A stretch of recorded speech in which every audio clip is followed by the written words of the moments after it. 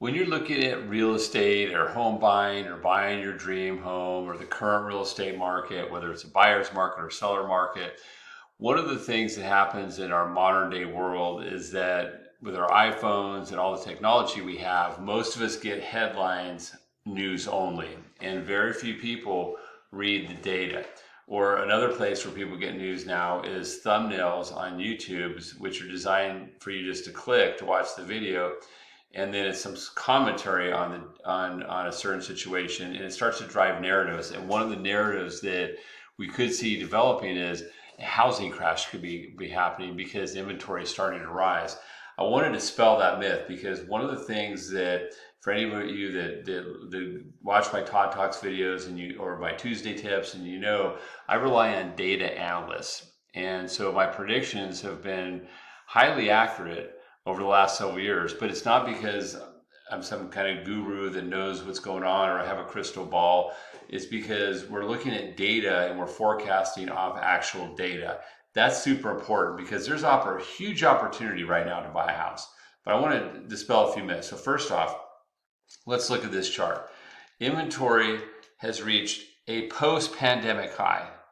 So the way you read this chart is, all these different lines are color coded for different years. So during the pandemic high, if you could see in 2020 where inventory went way low, okay? So 2020, 2021, 2022, inventory stayed low. So they stayed low.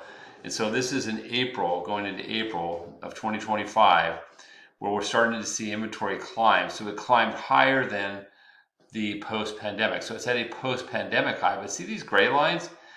These were all the years right here prior to the pandemic.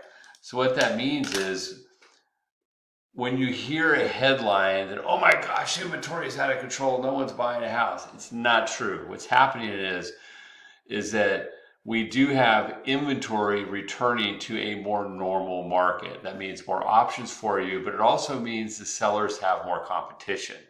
And that means that builders and resale homes are having to compete with each other and more competition.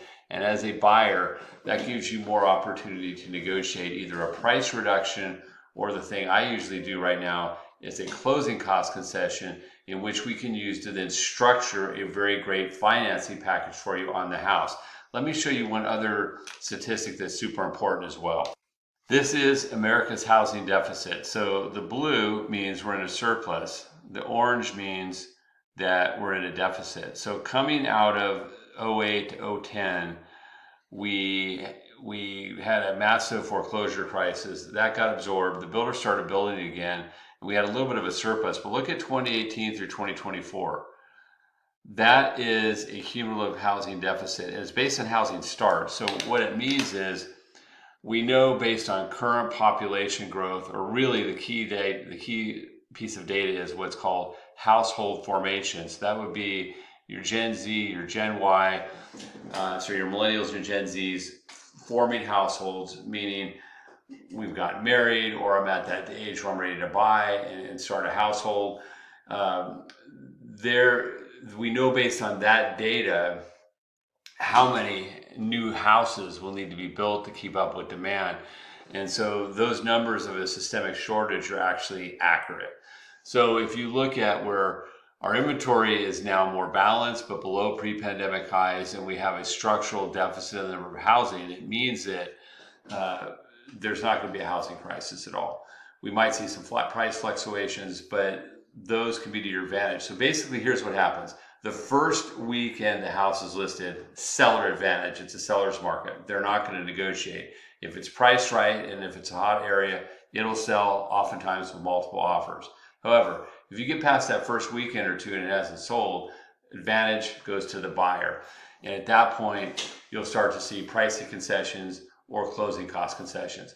The reason why I always mention closing cost concessions is because we can take a closing cost concessions, pay full price, but let's say a seller is willing to give you $10,000 or $20,000 or $15,000. We could take that and we can use that to prepay interest to lower interest rate, both short and long term, to give you a more affordable financing package on that house. And it actually is much more cost effective than just paying a little bit less off the top. So this is what I do. I build great mortgage plans for people. I help all my clients build amazing mortgage plans that fit into their goals and their dreams and affordability. Reach out to me. I'll build a great one for you, and I hope you have a great day.